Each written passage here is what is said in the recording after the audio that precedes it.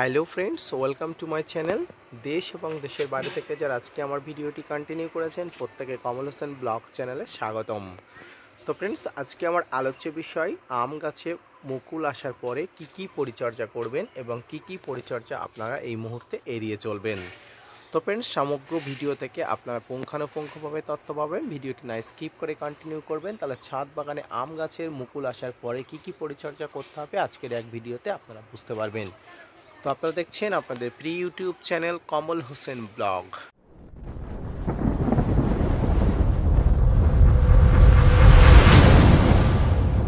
Friends, ছাদ বাগানে আম গাছের আপনার ইতিমধ্যে নিশ্চয়ই মুকুল এসে গেছে। কোনো আম গাছে এখনও পর্যন্ত মুকুল আসেনি, তাদের জন্য বলবো যে আপনারা অধিক উত্তেজিত হবেন না। আপনার গাছের মুকুল আসার এখনও প্রচুর সময় আছে। যেহেতু এবছরে প্রচুর আগে মুকুল এসে গেছে, তো যে সমস্ত গাছে এই মুহূর্তে মুকুল এসে গেছে কি পরিচর্যা করবেন এবং যে সমস্ত গাছে এখনও মুকুল আসেনি কি পরিচর্যা করবেন আজকের এই ভিডিও থেকে আপনারা অবশ্যই জানতে পারবেন। তো ফ্রেন্ডস, দেখুন আম গাছে এই মুহূর্তে যে সমস্ত আম গাছে মুকুল এসে গেছে সেই সমস্ত আম গাছে এই মুহূর্তে পরিচর্যা শুরু করে দিতে হবে মুকুলগুলো ফুটে যাওয়ার আগে। আপনারা সারা বছর বিভিন্ন ধরনের পরিচর্যা করে আপনার শখের আম গাছে, নামি দামি আম গাছে মুকুল এনেছেন। এই মুকুলগুলো এখন ধরে রাখা আপনার কাছে বড় একটা চ্যালেঞ্জ। এই চ্যালেঞ্জগুলো আপনাকে অ্যাকসেপ্ট করতে হবে। তাই এই মুহূর্তে আপনাকে পরিচর্যা গ্রহণ করতে হবে। সর্বপ্রথম আপনার কাছে এই মুহূর্তে জলের ব্যবস্থাপনা ঠিক রাখতে হবে। অর্থাৎ আপনার গাছের গোড়াতে আপনারা জল কম দিয়ে, গাছে কষ্ট দিয়ে আপনারা মুকুল এনেছেন। এই মুকুল এসে যাওয়ার পরে গাছের গোড়াতে জলের ব্যবস্থাপনা সবথেকে ঠিক করতে হবে। আপনি যদি জলের ব্যবস্থাপনা কম দেন, আপনি যদি জল কম দেন গাছের গোড়াতে, মুকুল কিন্তু শুকিয়ে গুটি ঝরে পড়ে যাবে।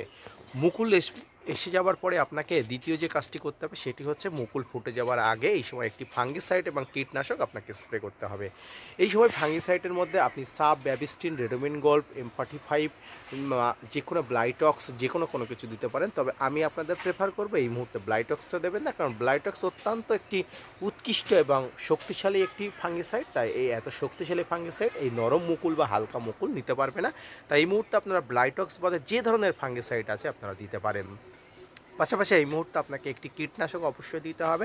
কীটনাশকের মধ্যে ইমিডাক্লোপিড গ্রুপের যে কোনো কীটনাশক, ডাইমার্ট 30% গ্রুপের যে কোনো কীটনাশক বা আলফামার্টিন 10% ইজি কম্পোজিশনের যে কোনো কীটনাশক আপনারা দিতে পারেন। কতটা পরিমাণ দেবেন? 1 লিটার জলে আপনারা সর্বোচ্চ 15 থেকে 20 ফোঁটা দেবেন এবং দিয়ে আপনারা গাছটাকে স্নান করিয়ে দেবেন এবং সম্পূর্ণভাবে আপনারা গাছটাকে 10 দিন বাদে গাছে কীটনাশকটি স্প্রে করবেন শুধুমাত্র মুকুল ফুটে যাওয়ার আগে। মুকুল ফুটে যাওয়ার আগে কোনো ফাঙ্গিসাইড, কোনো কীটনাশক আপনারা এই মুহূর্তে স্প্রে করবেন না, কারণ মুকুল ফুটে গেলে বিভিন্ন পরাগ সংযোগকারী কীটপতঙ্গ আসে হাজির হয়। তাই এই কীটনাশক দিলে কীটনাশকের একটি কটু গন্ধ আছে, এই কটু গন্ধতে তারা কিন্তু আসবে না, ফলে আপনার মুকুলগুলো পলিনেট হবে না এবং সে স্বাভাবিকভাবে আপনার গুটিগুলো ঝরে পড়তে বাধ্য হবে। মুকুল এসে যাওয়ার পরে আপনাকে যে পরিচর্যা করতে হবে সেটি হচ্ছে এই সময় আপনাকে পটাশের সোর্স চাহিদাযুক্ত খাবার গাছে দিতে হবে এবং অবশ্যই আপনাকে এর সঙ্গে বোরনের যে তো ঘাটতি না হয় সেদিকে লক্ষ্য রাখতে হবে। তাই এই মুহূর্তে পটাশের চাহিদা পূরণের জন্য আপনাকে বলবো আপনি SOP বা 0050 আপনার 1 গ্রাম এবং এর সঙ্গে বোরন 1 গ্রাম একসঙ্গে স্প্রে করে আপনার ছাদ বাগানের গাছে মুকুলের উপরে স্প্রে করে দিতে পারেন। পাশাপাশি আপনার গাছের গোড়াতেও আপনারা ওই সমপরিমাণ দিয়ে আপনার গাছের গোড়াতে দিতে পারেন।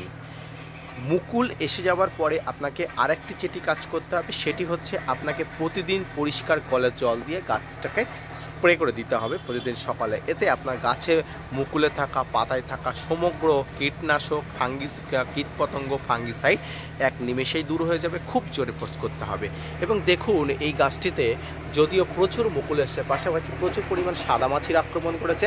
আপনি যদি পরিষ্কার কলের জল দিয়ে প্রতিদিন সকালে স্প্রে করে দেন তাহলে অবশ্যই এই সাদামাছিরও কোনো রকম এখানে লার্ভা থাকতে পারবে না বা এরা বড় হয়ে উঠতে পারবে না। এবার আসি যে সমস্ত গাছে আপনারা মুকুল আনতে পারেননি বা এখনও মুকুল আসেনি, কি আসবে কিনা আপনারা কনফিউজ আছেন, সেই সমস্ত গাছে কি পরিচর্যা করবেন। ফ্রেন্ড, যে সমস্ত গাছে এখনও মুকুল আসেনি সেই সমস্ত গাছে প্রচুর পরিমাণ জলকষ্ট দিয়ে থাকুন। পাশাপাশি আপনার গাছে প্রচুর পরিমাণ খাবার দেওয়া বন্ধ করুন। পাশাপাশি এই সময় একটু ক্যালসিয়ামযুক্ত কিছু দিতে পারেন, সেক্ষেত্রে আপনারা চুন দিতে পারেন, কারণ চুন দিলে গাছেতে ক্যালসিয়ামের অভাব পূরণ হতে পারে। এর পাশাপাশি আপনার গাছে জলকষ্ট দেবেন এবং যে সমস্ত গাছে দেখবেন এখনও কচি পাতা আসছে, হয়তো কচি পাতার সঙ্গে প্রচুর পরিমাণ মুকুল আসতে পারে, কারণ প্রতিটা গাছে মুকুল আনার একটা ধর্ম আলাদা, মুকুল আনার একটা পদ্ধতি আলাদা। আপনার যে সমস্ত গাছে এখনও পর্যন্ত মুকুল আসেনি অবশ্যই একবার একটা প্রিজিয়ার স্প্রে করুন। প্রিজিয়ারের মধ্যে প্লানোফিক্স, মিরাকুলান, বুস্টার 2 যে কোনো একটা কিছু স্প্রে করুন। প্রতিটা ক্ষেত্রে এর ব্যবহার সতর্কতা আপনার বোতলের গায়ে লেখা আছে, অবশ্যই পড়ে আপনি স্প্রে করবেন। সেটি কীটনাশক হোক, ফাঙ্গিসাইড হোক, আর আপনার পিজিআর হোক, সঠিকভাবে ব্যবহার করাটাই জরুরি। কারণ কীটনাশক অধিক মাত্রায় ব্যবহার করলে আপনার গাছ নিতে পারবে না, কারণ সেক্ষেত্রে আপনার কিন্তু ওভার রিয়্যাক্ট হয়ে যেতে পারে। আম গাছের মুকুল আসার আগে এবং পরে আজকের যে পরিচর্যাটির কথা বললাম, অবশ্যই এই মুহূর্তে পরিচর্যাটি করবেন। পাশাপাশি মুকুল যে সমস্ত গাছে আসেনি সেই সমস্ত গাছে পটাশের চাহিদা পূরণ রাখবেন। এই পটাশের চাহিদা পূরণের মধ্যে অবশ্যই কলার খোসা ভিজানো জল বা এসওপি বা 0050 আপনাকে অবশ্যই গাছের গোড়াতে বা গাছের পাতাতে স্প্রে করে দিতে হবে, যেমনটি আগে বললাম ঠিক তেমনভাবে।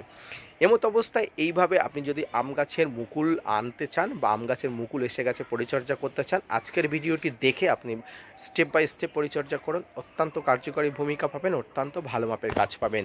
আম গাছের মুকুল আসার আগে এবং মুকুল না আসলে কি কি পরিচর্যা করবেন সেই পরিচর্যা সম্পর্কিত আজকের এই ভিডিওটি যদি ভালো লেগে থাকে অবশ্যই একটা লাইক, কমেন্ট, শেয়ার এবং সাবস্ক্রাইব করে কমল হোসেন ব্লগ চ্যানেলটি সাবস্ক্রাইব করবেন।